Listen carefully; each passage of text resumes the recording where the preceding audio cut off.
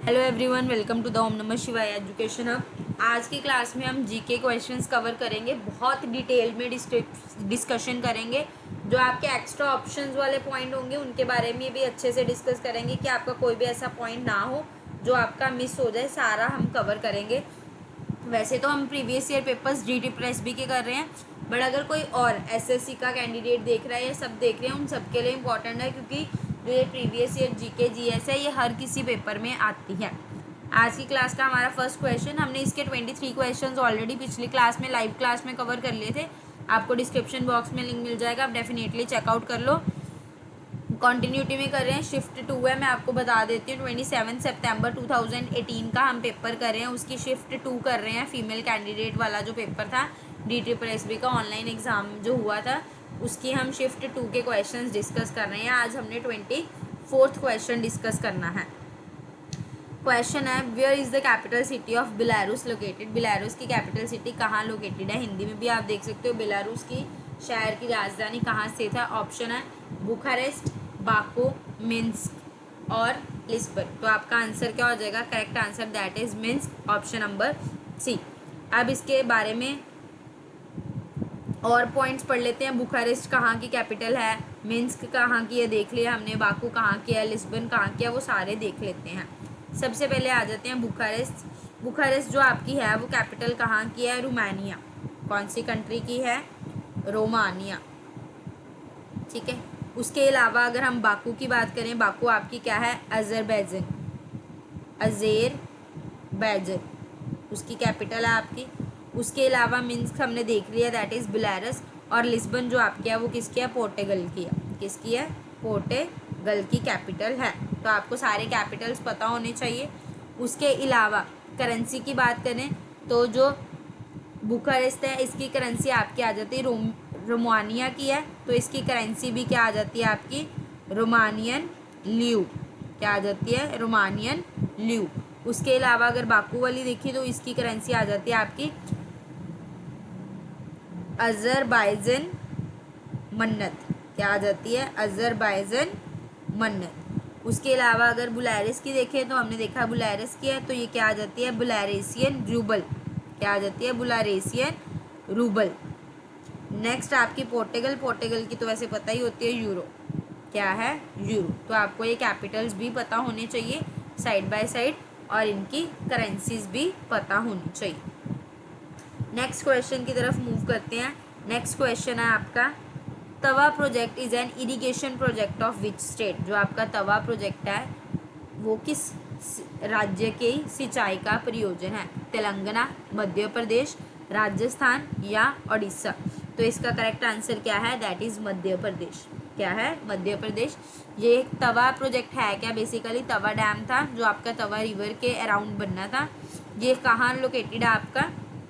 हमने बोला ना मध्य प्रदेश, ऑब्वियसली मध्य प्रदेश में लोकेटेड होगा। मध्य प्रदेश के भी कौन से डिस्ट्रिक्ट में लोकेटेड है? होशंगाबाद। तो ये भी आपको पता होना चाहिए कहाँ लोकेटेड है? होशंगाबाद। ये आपका करंट में से ही क्वेश्चन आ गया, होशंगाबाद डिस्ट्रिक्ट में से। बाकी अगर हम आगे देखें सिटी तो आपकी इतरसी में है।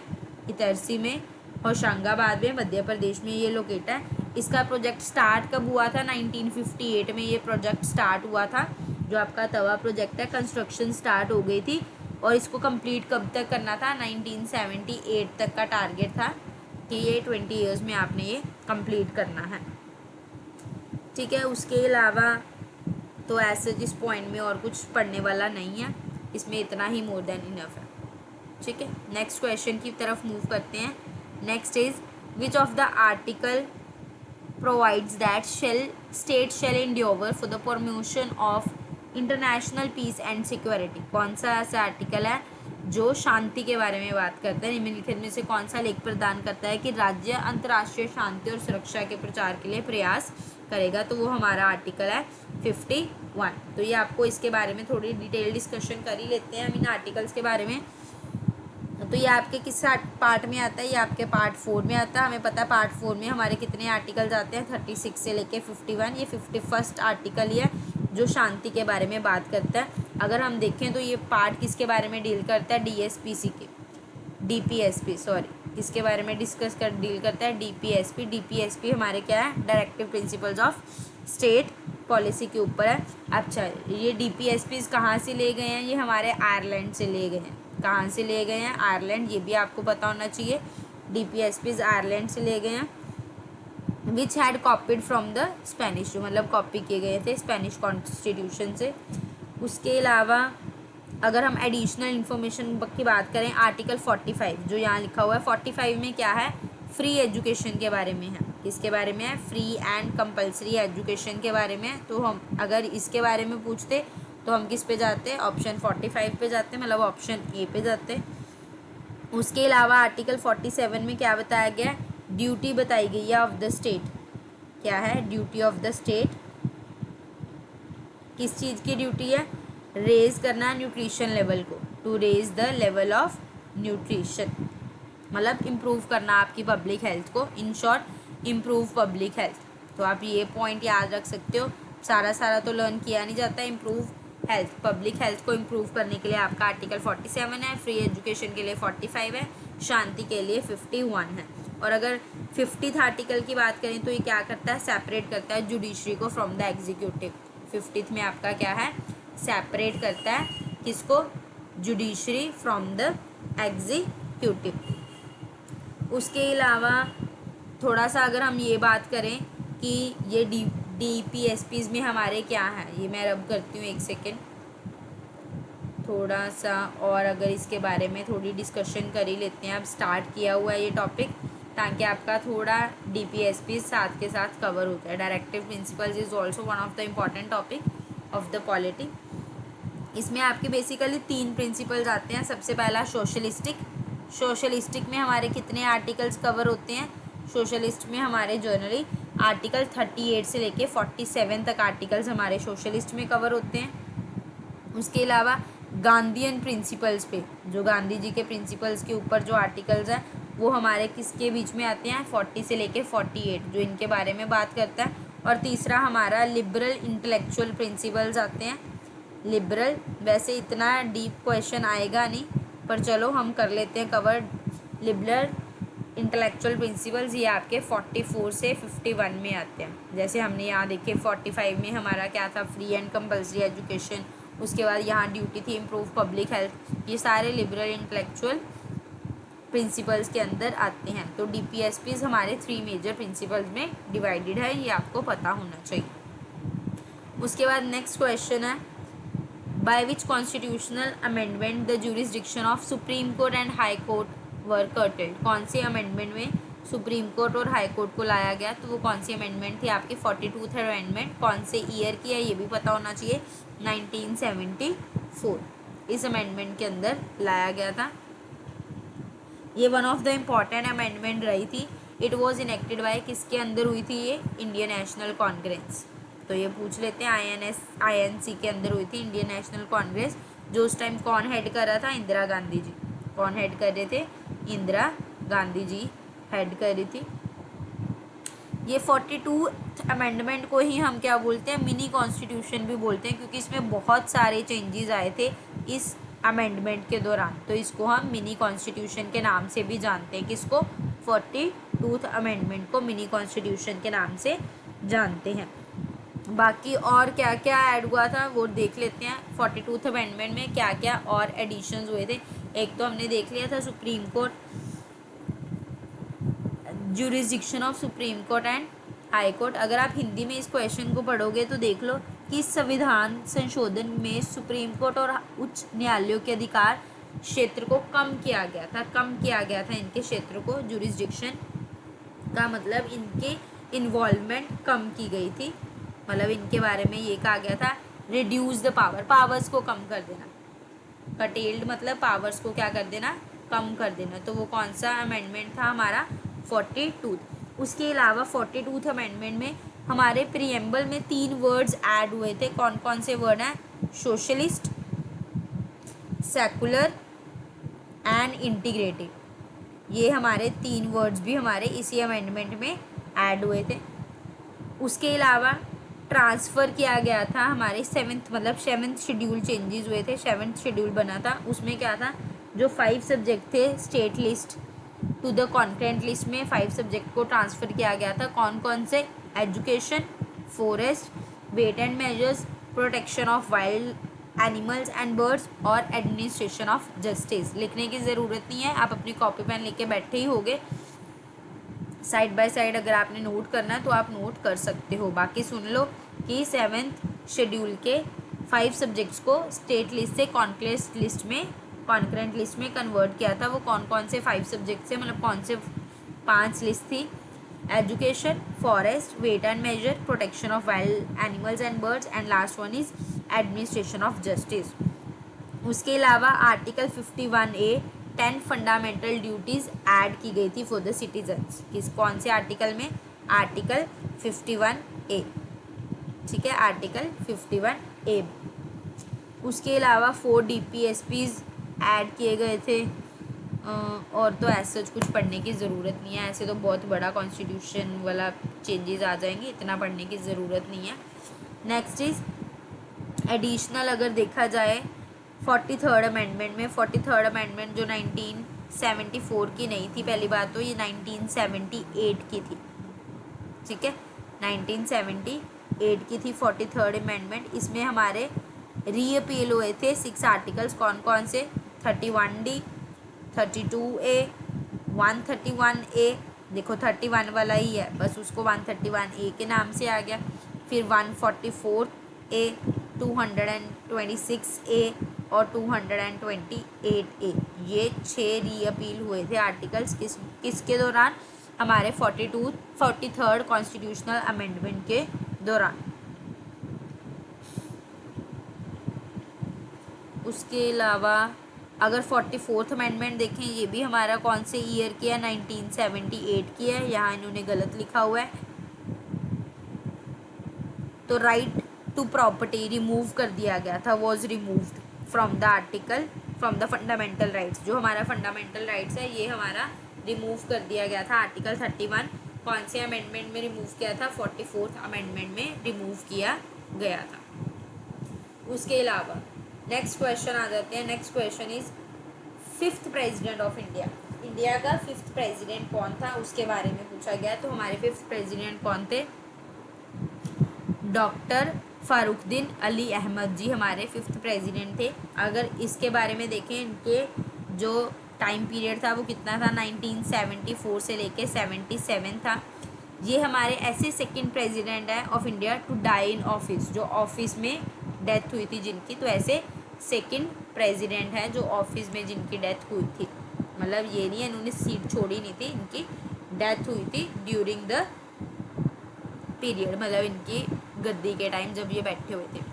उसके अलावा the president is referred as the first citizen. अगर हम और देखें तो प्रेसिडेंट को हम क्या बोलते हैं? First citizen of India, first citizen के नाम से जाना जाता है। फर्स्ट प्रेसिडेंट कौन थे हमारे? डॉक्टर राजेंद्र प्रसाद, जिनको हमारा first constitutional head of the state, the president of India के नाम से बनाया गया था। उसके अलावा अगर लिस्ट देखें तो सारी लिस्ट देख लो। राजेंद्र प्रसाद थे, बता देती हूँ चलो, 1952 से लेके 1957 तक इनका टाइम पीरियड था पहले, फिर 57 से लेके 62 तक का टाइम पीरियड था। तो मतलब ये 2 बार प्रेसिडेंट बने थे। कौन? राजेंद्र प्रसाद, पहला पॉइंट हो गया। उसके बाद आपका 62 में कौन आए थे? 62 से 67 तक आपके सर्वपल्ली राधाकृष्णन जी बने थे। ये हमारे सबसे ज़्यादा प्रोमिनेंट फिलोसोफर भी हैं, राइटर भी हैं। इन्होंने पहले वाइस चांसलर का रोल भी किया हुआ है, पोजीशन भी हेल्ड की हुई है। कहाँ? आंध्रा यूनिवर्सिटी में और BHU आपकी बनारस हिंदू यूनिवर्सिटी में। तो 2nd प्रेसिडेंट हमारे कौन थे? राधाकृष्णन जी। ठीक है, पहले हमारे कौन थे? राजेंद्र प्रसाद। तो ये सारे आप नोट करते जाओ। उसके बाद 3rd की बात कर लेते हैं, 67 से लेके 69 तक। ये हमारे कौन थे? ज़ाकिर हुसैन जी। कौन थे? ज़ाकिर हुसैन जी।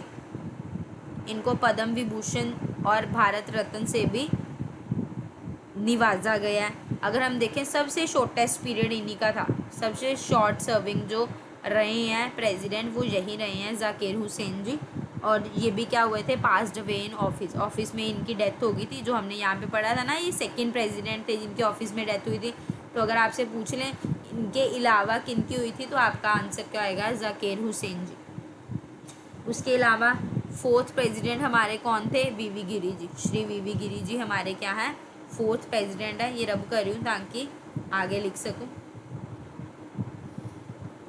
बाकी आप नोट कर लेना जिसने नोट करना है। बाकी जिसने इतनी इन्फॉर्मेशन जिसको नहीं चाहिए वो वीडियो आगे बढ़ा सकता है। वीवी गिरी जी हमारे क्या है, फोर्थ प्रेसिडेंट है। इनका टाइम पीरियड क्या है, 3 जुलाई 69 से लेके इन्होंने 74 तक अपना टाइम पीरियड सर्व किया है। ये पहले वाइस प्रेसिडेंट थे 1967 में, फिर उसके बाद कुछ टाइम पीरियड के लिए इन्होंने एक्टिंग प्रेसिडेंट का काम किया था जब उनकी डेथ हुई थी, किनकी, जाकिर हुसैन जी की। उसके बाद इनको प्रेसिडेंट बना दिया था। तो मतलब ये सर्विंग प्रेसिडेंट का काम भी इन्होंने किया था इसी पीरियड के दौरान।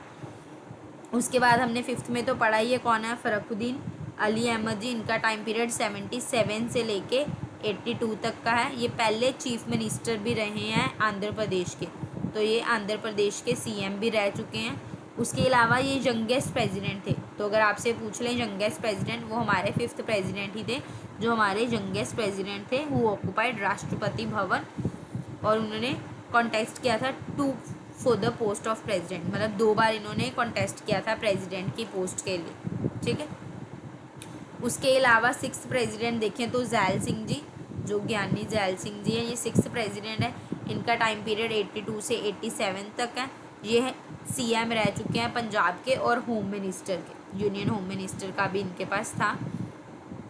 उसके बाद नेक्स्ट देखें सॉरी जैल सिंह के बाद कौन आया था, रामस्वैया वेंकटाक्रम, वो हमारे 87 से लेके 92 तक का उनका सर्विंग पीरियड था।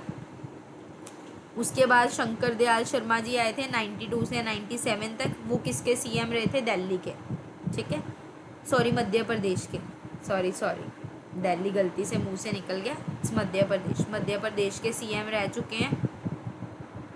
उसके अलावा 97 में कौन आए थे, रमन नारायण जी आए थे। 97 से 2002 तक का इनका टाइम पीरियड था।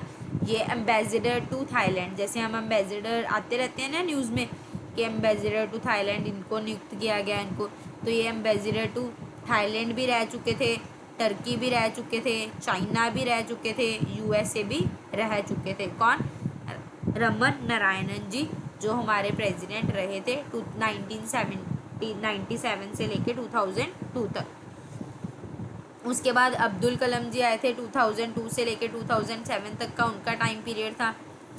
उनको भी भारत रत्न से नवाजा गया हुआ है। नेक्स्ट इज प्रतिभा पाटिल, वो 2007 से 2012 तक आई थी। She is the first women president, तो ये इंपॉर्टेंट हो जाता है, क्यों, क्योंकि वुमेन प्रेसिडेंट की वजह से ये इंपॉर्टेंट हो सकता है। अगर क्वेश्चंस प्रेसिडेंट के ऊपर, जैसे ये वाला क्वेश्चन इसमें आया गया, ठीक है, मतलब आपके प्रेसिडेंट्स के नाम भी आपसे पूछ सकते हैं कि कौन ओनली वुमेन प्रेसिडेंट है, कौन सबसे यंगेस्ट प्रेसिडेंट है, तो ये सारी चीज़ें आपको पता होनी चाहिए। तो नेक्स्ट इज प्रतिभा पाटिल। प्रतिभा पाटिल जो क्या है, वो हमारे सबसे यंगेस्ट, या आप बोल सकते हो यंगेस्ट नहीं बोलेंगे हम, फर्स्ट वुमेन प्रेसिडेंट थे। कौन थी, फर्स्ट वुमेन प्रेसिडेंट। इनका टाइम पीरियड देखें 2007 से लेके 2012 तक का इनका टाइम पीरियड था। उसके बाद इनके बाद कौन आए हैं, प्रणब मुखर्जी आए हैं, जुलाई 2017 तक ये रहे हैं। इनको पार्लियामेंट्री अवार्ड से भी नवाजा गया 1997 में। उसके अलावा इन्होंने पद्म विभूषण भी रिसीव किया है। उसके बाद कौन आया है, रामनाथ कोविंद जी आए हैं 2017 से लेकर 22 तक। फिर उसके बाद कौन आए हैं, द्रौपदी मुर्मू जी, अभी हमारे रीसेंट प्रेसिडेंट कौन है, द्रौपदी मुर्मू जी। तो हम देखें तो 2 वुमेन प्रेसिडेंट्स हमने देखे, एक प्रतिभा पाटिल जो 2007 से 2012 तक थी, और एक हमारी अब है द्रौपदी मुर्मू जी जो हमारी रीसेंट प्रेसिडेंट है। नेक्स्ट क्वेश्चन की तरफ चलते हैं। नेक्स्ट क्वेश्चन क्या है, according to the updated world bank figures on the GDP of countries for 2017, India has become world's dash biggest economy. Economy के नाम पे देखा जाए तो वर्ल्ड्स की बिगेस्ट इकोनॉमी कौन से नंबर पे थी इंडिया की, तो उस टाइम पे हमारी 6th नंबर पे थी। किस पे थी, 6th नंबर पे थी। इसके बारे में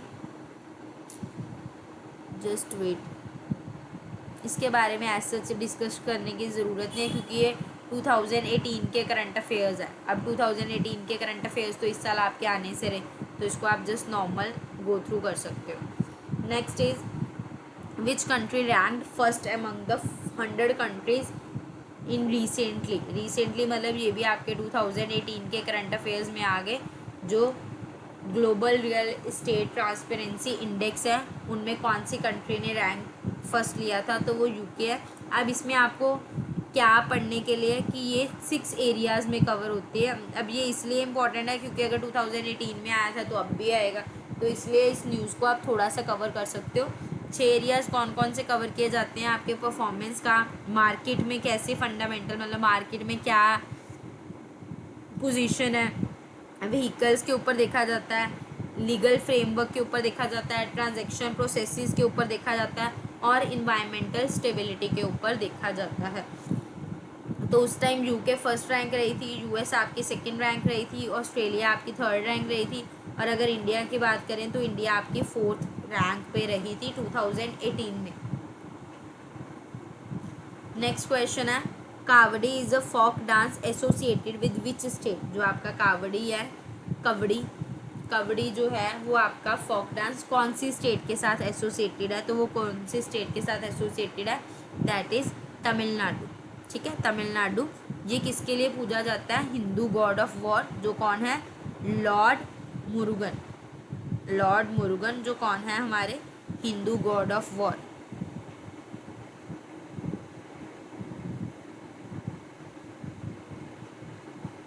ठीक है,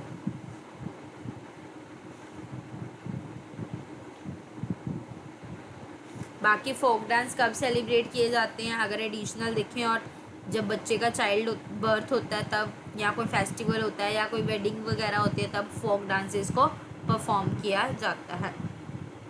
उसके अलावा अब थोड़े से फोक डांसेस के ऊपर आया है, तो थोड़ा सा फोक डांसेस के ऊपर डिस्कशन कर लेते हैं।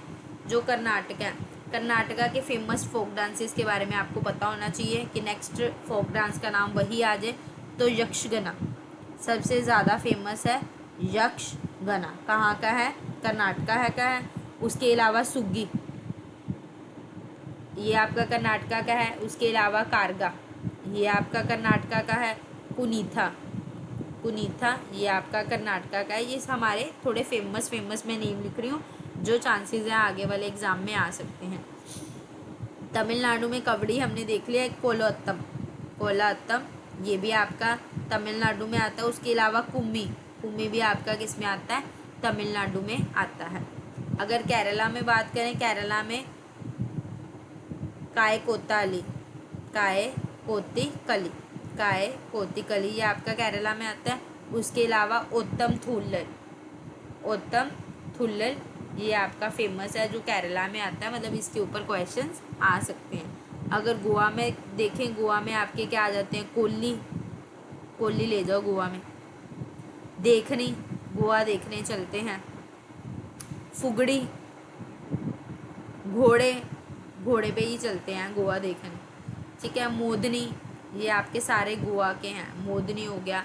रणमले ये आपके गोवा के फोक डांसेस हैं। तो ये आपने कुछ फोक डांसेस के बारे में याद रखना है। Next is Leela Samson is a classical dancer of which dance form. किस डांस फॉर्म की लीला सैमसन जो है क्लासिकल डांस फॉर्मर है, तो वो कौन है, क्लासिकल डांसर हमारे भरतनाट्यम की हैं। डांसर भी हैं, ये कोरियोग्राफर भी हैं, इंस्ट्रक्टर भी हैं, वन राइटर भी हैं लीला सैमसन। अगर क्लासिकल डांसेस के बारे में चलो बात कर लेते हैं कि कौन सी स्टेट से हैं, तो मणिपुरी नाम से ही है, मणिपुर का है। कथकली, जो आपका कथकली है ये आपका केरला का है। कथकली कहाँ का है, आपका केरला का है। जो भरतनाट्यम है, भरतनाट्यम कहाँ का है, तमिलनाडु का है। ओडिसी उड़ीसा का है। इसके अलावा कथक होता है एक आपका, जो कथक है ये आपका नॉर्थ इंडिया का आ जाता है। कुचिपुड़ी होता है, कुचिपुड़ी आपका कहाँ का आ जाता है, आंध्र प्रदेश का आ जाता है। उसके अलावा सतरिया, सतरिया आपका कहाँ का आ जाता है, असम का आ जाता है। मोहिनी अट्टम केरला में आपका कथकली के साथ आपका एक और होता है, दैट इज़ मोहिनी अट्टम। ये आपका किस में आ जाता है, केरला में आ जाता है। नेक्स्ट क्वेश्चन है, who among the following is famous Draupad singer of India. Famous Draupad singer कौन है इसमें से? उस्ताद रहीम, फाहुमुद्दीन दागर जी, ये हमारे फेमस हैं। अगर ये देखें, जो उस्ताद बड़े गोलम अली खान, ये किसके फेमस हैं? ये क्लासिकल वोकलिस्ट है। क्या है? हमारे वोकलिस्ट है। कौन से घराना से हैं? पटियाला घराना से हैं। ठीक है। अगर मुस्तफ़ा खान की बात करें तो ये क्लासिकल म्यूजिशियन है, हिंदुस्तानी क्लासिकल म्यूजिशियन है। और ये कौन से घराना से बिलोंग करते हैं? ये रामपुर घराना से बिलोंग करते हैं। ये रामपुर से करते हैं। ये आपका पटियाला घराना से बिलोंग करते हैं। उसके बाद मज़हर अली खान की बात करें तो ये भी आपके पटियाला घराना से करते हैं। ये भी क्लासिकल वोकलिस्ट ही हैं। और जो ये हैं आपके, हमने जो पढ़े हैं, जो द्रुपद सिंगर है, ये भी हमारे पटियाला घराना से ही बिलोंग करते हैं। Next is which player was given golden boot award for 2018। किनको मिला था गोल्डन बूट अवार्ड 2018? तो वो कौन है? हैरी कर्नेजी। किनको मिला था? हैरी कर्नेजी। ये 2018 का है, तो ये इतना ही इनफ है, क्योंकि 2018 का अब नहीं पूछा जाएगा। नेक्स्ट है classification match for the third place. Argentina ने किनको 3 या 2 गोल से डिफीट किया था in 27th edition of Sultan Azlan Shah cup 2018? तो मलेशिया इसका करेक्ट आंसर हो जाएगा। नेक्स्ट क्वेश्चन, ये इंपॉर्टेंट क्वेश्चन कह सकते हैं हम। Study of newborn called. Newborn की स्टडी को हम क्या बोलते हैं? That is neonatology. उसके अलावा अगर हम देखें तो ये कैलालॉजी लिखा हुआ है। कैलालॉजी किसकी स्टडी है? फेशियल ब्यूटी की। तो अगर फेशियल ब्यूटी की स्टडी बोलेंगे तो वो आपकी क्या है? कैलालॉजी। गायनेकोलॉजी, हमें पता है गायनेकोलॉजी क्या है? फीमेल रिप्रोडक्टिव सिस्टम के लिए, हमारा रिप्रोडक्टिव सिस्टम के लिए यूज़ होता है। जो आपका काइटोलॉजी है, ये आपकी सेल्स की स्टडी के लिए होता है। किसके लिए होता है? सेल्स की। और न्यूबॉर्न के लिए आपका क्या हो जाएगा? न्यूनाटोलॉजी। यहाँ आप देख सकते हो। ठीक है। नेक्स्ट इज एयू के हेडक्वार्टर्स कहाँ हैं? एयू के आपके हेडक्वार्टर्स कहाँ पे हैं? अदीस अबाबा। कहाँ पे हैं? अदीस अबाबा। अगर हम देखें तो एयू अफ्रीकन यूनियन इस्टेब्लिश कब हुआ था? It is established in 2002। मतलब 1963 से 2002 तक आपका देखा जाएगा। ये क्या प्रमोट करता है? बेसिकली यूनिटी को प्रमोट करता है। ये किसके साथ रिप्लेस किया गया था? OAU से रिप्लेस किया गया था। अगर ये देख लें, जो यहाँ पे है हरारे, हरारे किसकी कैपिटल है? जिम्बाब्वे की। जिम्बाब्वे की कैपिटल क्या है आपकी? हरारे है। नैरोबी आपकी किसकी कैपिटल है? आपकी केन्या की कैपिटल सिटी है। आदि और कायरो आपकी क्या है? इजिप्ट की कैपिटल सिटी है, which is set on the Nile river. Next अगर देखें, ministry of earth sciences has unveiled SAFAR की फुल फॉर्म आपको पता होनी चाहिए। System of air quality and weather forecasting, the first of its kind and most advance system कहाँ setup हुआ था? इन दिल्ली। नेक्स्ट क्वेश्चन है, the dash of Kargil Diwas is celebrated on 26 जुलाई 2018। कौन सा कारगिल दिवस सेलिब्रेट हुआ था? 19th। कारगिल दिवस कब सेलिब्रेट होता है? इम्पोर्टेंट क्वेश्चन है। सबसे पहले तो 26 जुलाई को कब हुआ था? ये 1999 से आप देख सकते हो। अगर 2018 में आपका 19 था तो आपका 1999 में ये बेसिकली क्या हुई थी? कारगिल वॉर हुई थी, जिसको कारगिल कॉन्फ्लिक्ट भी बोलते हैं। ये किसके बीच में हुई थी? हमारी इंडिया और पाकिस्तान के बीच में हुई थी। कहाँ हुई थी? कारगिल डिस्ट्रिक्ट में, जो कहाँ पड़ता है? जम्मू एंड कश्मीर में आपका। उसके अलावा नेक्स्ट क्वेश्चन पे मूव करते हैं। 40th क्वेश्चन, इंडियन रेलवेज ने इनोग्रेट किया RRTI at dash in a bid to strengthen expertise को स्ट्रेंथन करने के लिए कहाँ बिल्ड किया गया था? ये गाज़ीपुर में किया गया था। बेसिकली नॉर्थ ईस्टर्न रेलवेज को प्रमोशन के लिए ये किया गया था। 2018 के ही करंट अफेयर्स का पार्ट है ये। इसी के साथ आपके जीके वाला पार्ट भी ख़त्म हो गया। हमने फर्स्ट क्लास में अपना मेंटल एबिलिटी का पार्ट कवर कर दिया था। आज की क्लास में हमारा जीके का पार्ट कवर हो गया। नेक्स्ट क्लास में हम मैथ्स के क्वेश्चंस कवर कर देंगे उसके नेक्स्ट क्लास में इंग्लिश और हिंदी के कंबाइंड क्वेश्चंस कवर कर देंगे, क्योंकि उसमें ज़्यादा टाइम नहीं लगेगा। फिर हम साइंस के पार्ट को कवर कर देंगे। ये वाला शुरू किया गया, इसी को ही प्रॉपर बिल्कुल एंड तक मैं फिनिश कर दूँगी with in 2-3 days, so that आपका ये वाला जो प्रीवियस ईयर पेपर है पूरा का पूरा अच्छे से कवर हो जाए। ऐसे और अपडेट्स के लिए कि जो भी आपको और कोई इन्फॉर्मेशन मेरे से चाहिए या कोई आप चाहते हो कि ये वीडियो लाएं, उसके लिए आप कमेंट सेक्शन में अपना बोल सकते हो।